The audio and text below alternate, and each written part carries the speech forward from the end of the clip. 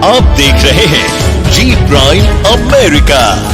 आप देख रहे हैं जी प्राइम अमेरिका। स्वागत है आपका खबरों में। बीजेपी एमएलसी दिनेश सिंह की फिसली जुबान।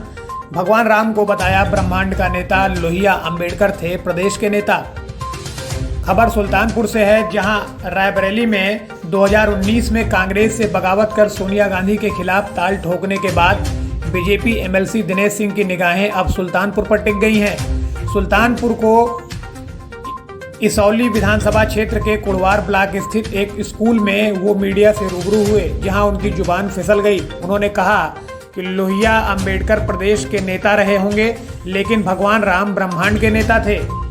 बताते चले हैं कि रायबरेली एमएलसी दिनेश सिंह ने जिला पंचायत अध्यक्ष, प्रतिनिधि व ब्लॉक प्रमुख शिव कुमार सिंह द्वारा सरकार की योजनाओं को लेकर कार्यक्रम आयोजित किया गया, जिसमें एमएलसी ने सरकार की योजनाओं का पहले जमकर बखान किया और आगे कहा कि आगे आने वाली पीढ़ी तक लोग जाने कि भगवान राम कौन थे, नहीं तो धीरे धीरे कौन जानता भगवान राम कौन थे। उत्तर प्रदेश सरकार की सड़कों पर निकले तो उन लोगों का जिनका कंट्रीब्यूशन नहीं है, मैं कह नहीं सकता, हो सकता है किसी समाज के लिए कंट्रीब्यूशन रहा हो, लेकिन क्या भगवान राम से ज़्यादा कंट्रीब्यूशन लोहिया और अंबेडकर का था?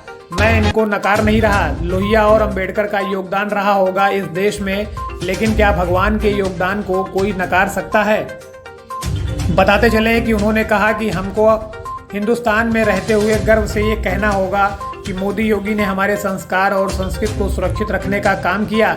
इन दोनों नेताओं ने ये काम बखूबी किया है। उन्होंने कहा कि वैसे प्रेस में नहीं कहना चाहिए, मगर मैं कहता हूँ आधी रोटी खा सकता हूँ, बिना सड़क के रह सकता हूँ, बिना बिजली के रह सकता हूँ, लेकिन मोदी योगी का हमको राज चाहिए। दिनेश सिंह ने आगे कहा कि अयोध्या में भगवान श्री राम का भव्य मंदिर बनकर तैयार है और ये सपना हम लोगों का था। अब काशी जाते हैं, काशी कैसी थी, आज कैसी है? क्या ऐसी काशी को हमको कभी जरूरत थी या नहीं थी? हमारी संस्कृति को मारा जा रहा है। कांग्रेस की सरकारों ने पाश्चात्य सभ्यता को थोप दिया था। हमारी संस्कृति पाश्चात्य सभ्यता के नीचे दबकर करा रही थी। आज मोदी योगी के नेतृत्व में हमारी संस्कृति तो ताकतवर हो रही है। सबसे बड़ी बात हमको आपको गर्व से हिंदुस्तान में रहते हुए बात कहनी चाहिए कि इन दोनों नेताओं ने, मोदी जी, योगी जी ने हमारी संस्कार संस्कृति को सुरक्षित रखने का काम किया है, जो सबसे पहला काम किया और जो सबसे बड़ा काम किया है। वैसे प्रेस में नहीं कहना चाहिए, लेकिन मैं तो कहता हूँ, मैं आधी रोटी खा सकता हूँ, मैं बिना सड़क के रह सकता हूँ, बिना बिजली के रह सकता हूँ, लेकिन मोदी योगी जी का हमको राज चाहिए, जहाँ संस्कार और संस्कृति को अक्षुण्ण रखते हुए हमारा सम्मान सुरक्षित है। आज की तारीख में ये बड़ी बात है। अयोध्या में भगवान श्री राम का मंदिर बन रहा है, आपके सबसे करीब है, हमसे थोड़ा दूर है, लेकिन आप सबसे करीब हो।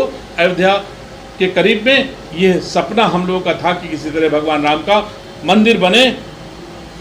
हम जाते हैं काशी में, आप देखिए काशी कैसी थी और आज कैसी काशी है। क्या ऐसी काशी की हमको जरूरत थी कि नहीं जरूरत थी? हमारी संस्कृति को मारा जा रहा था कि नहीं मारा जा रहा था? सम्मानित साथियों, कांग्रेस की सरकारों ने देश पर पाश्चात्य सभ्यता को थोप दिया था। हमारी संस्कृति पाश्चात्य सभ्यता के नीचे दब के करा रही थी।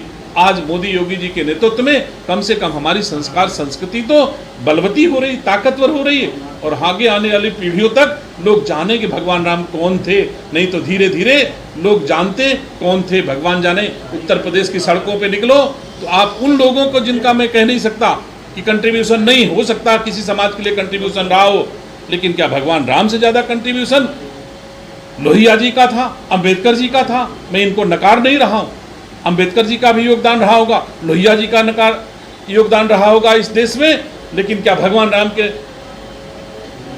योगदान को कोई नकार सकता है? ब्रह्मांड के नेता थे, कोई एक प्रदेश का नेता रहा होगा, लेकिन उनके लिए किसी का प्रयास नहीं हुआ कि हमारी उस संस्कृति को मजबूत की जाए।